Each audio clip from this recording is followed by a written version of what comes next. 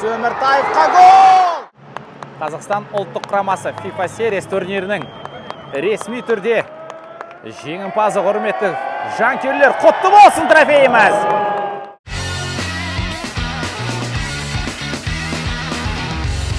Сәлем достар, сіздермен Әлімлаев және жүргізуші Әлімжан Тасболатұлы. Астана Арена FIFA Series Қазақстан Комор аралдары арасындағы ойын, шешуші ойын, және бүгін Қазақстан ұлттық құрамасы өз тарихындағы алғашқы кубогына ие болуы мүмкін.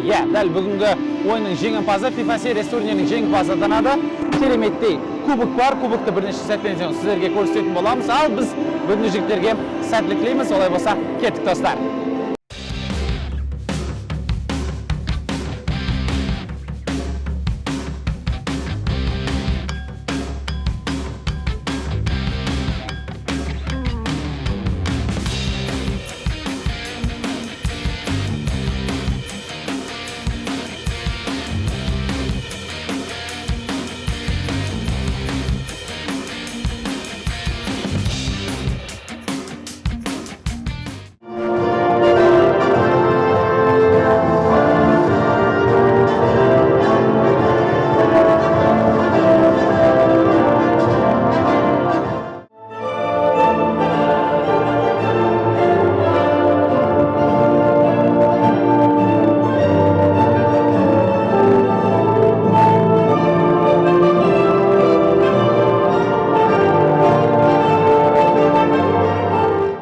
Маруалы ойыннан алдым, не қараңыздар, Чесноков, Самарадов, Ғалымжан Кенжебек үшеуін жинап алыптағына қандай да бір кеңес айтқанын көрдік. Яғни ойынның бірінші минуттарын дәл осы шабуылдағы үштікке қалай шабуылдау керек екенін өте бір жылдам болса олымыз қажет. Не прессинг деген сияқты. Оралхан Өміртаев бүгін шабуылшы рөлінде ойнайды. Бірінші минуттан бастап өткен ойында Иван Свиридов шыққан болатын. Қазір бірінші минуттан бастап Оралхан Өміртаев. Біздің қарсыластарымыз Комор аралдары Рамазан Орразов, Ислам Чесноков, Арсен Әшірбек, Исламбек Қуат, Максим Самрадов, Қасым Әліп, Вараговский Кенжебек, Темірлан Анарбек. Дәл біздің 11 ойыншымыз осындай. Ал ойынымыз басталды. Қазақстан ұлттық құрамасына сәттілік тілейміз.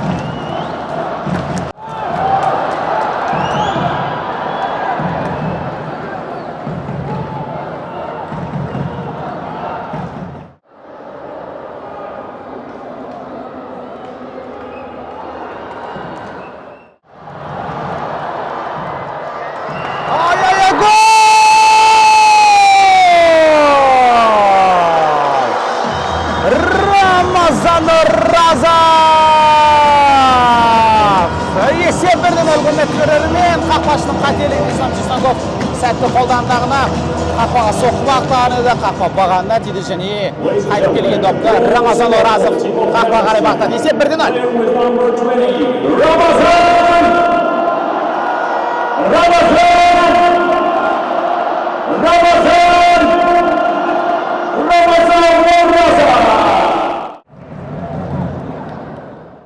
Жаңағын айтқан едік, Талғат Маруалының дәл осы үштікке қатты бір прессинг жасау керек екенін айтып жатқанын. Сол үштіктен біреуі Ислам Чесноков прессинг жасаған арқасында қақпашы доптан айырылды және гол. Яғни Талғат Маруалының дәл осы тактикасы жүзеге асты.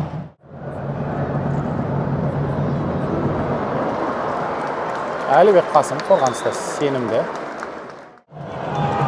Ғалымжан Кенжебек доп тоқтатты. Қарсыласын әдемі алдап өтті Ғалымжан.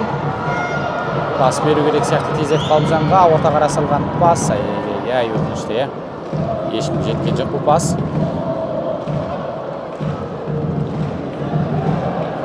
Комордың ойыншылары өтіп кеткенде көріп отырмыз.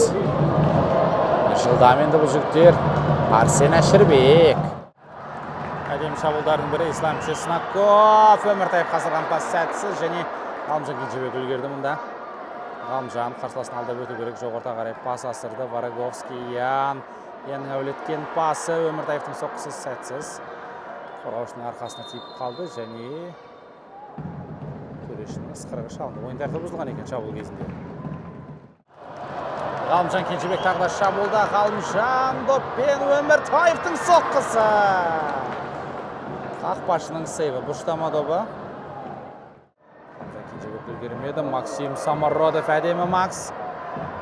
Макс айбалаңда қарсыласын алдап өтті. Пас. Сәтсіз.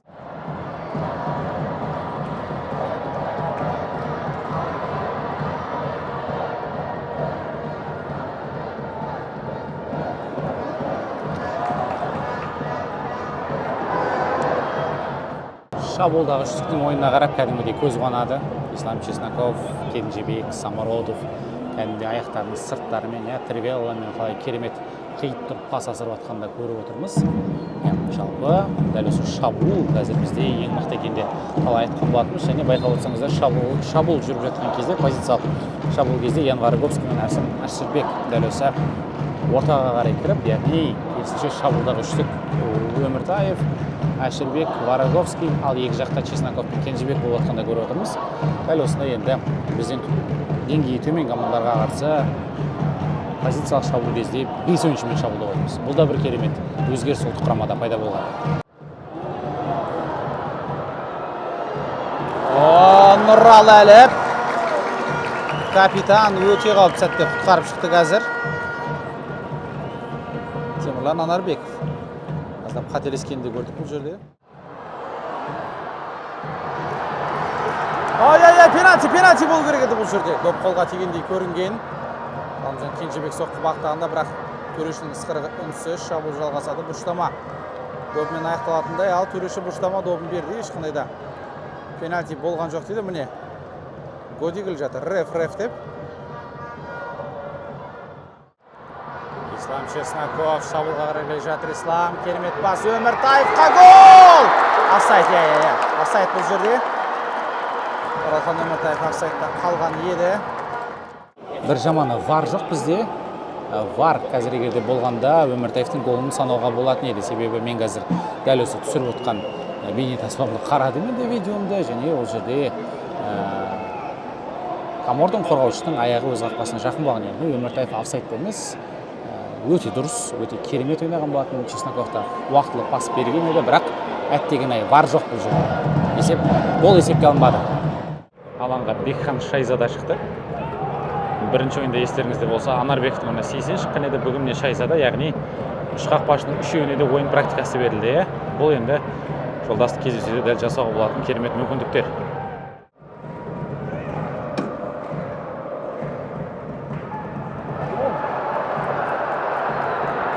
Керемет шабуыл, солға асырылған пас Өміртаев. Бұрыштама доба. Қарсыласының аяғына тиіп доп дәл салаң жегін шығып кетті. Самородов, Макс солға қарай пас. Рамазан Оразов. Рамазан айбалаңда өлетілген доп. Артур Шишиначевқа. Бекхан Шайзада өз орнында.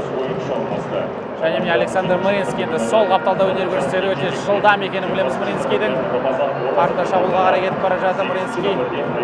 Максқа пас. Вараговский. Ян. Керемет пас Чесноковтан. Максим Самородов. Макс! Доп қақпағанына тиді. Қандай сәтсіздік. Шушиначев! Артур.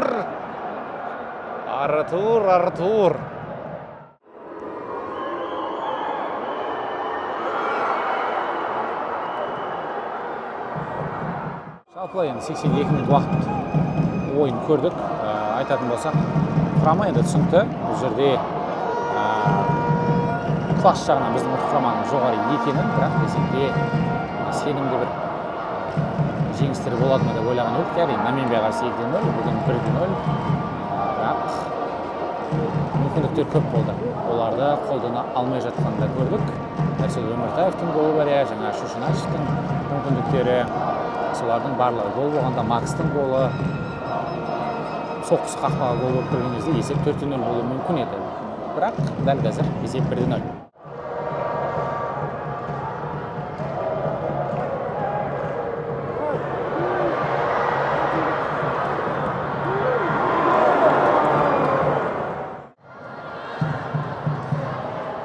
қуат таза доп ойнады және офсайд болған екен.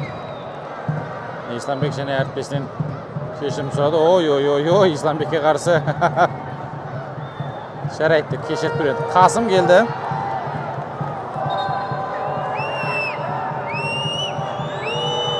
Болмайды бұлай жігіттер. Бұл жалпы Қуаттың өмірде бірінші рет кешірген футболшы шығар.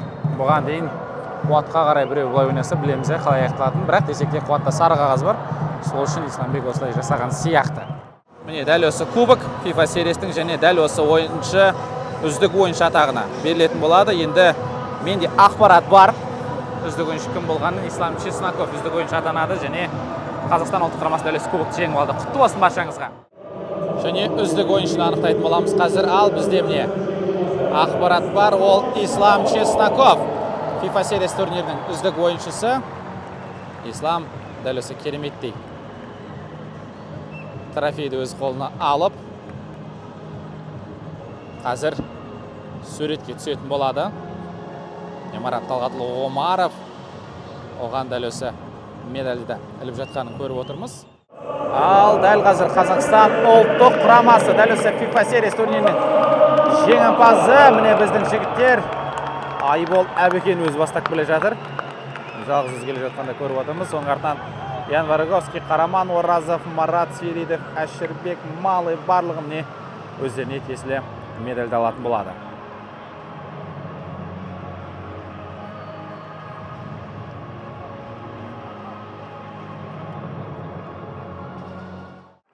Кереметі қараңыздаршы, біздің жігіттердің дәл осы мойнында алтын медаль кәдімгідей.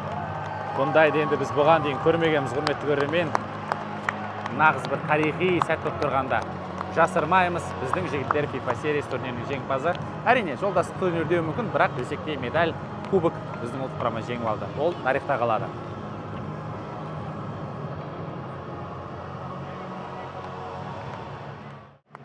Міне капитан қазір енді кубокты алып, президентпен бірге дәл осы ортаға келіп тойлайтын болады. Қазақстан ұлттық құрамасы FIFA сериясы турнирінің ресми түрде жеңімпазы, құрметті жанкүйерлер, құтты болсын трофейіміз.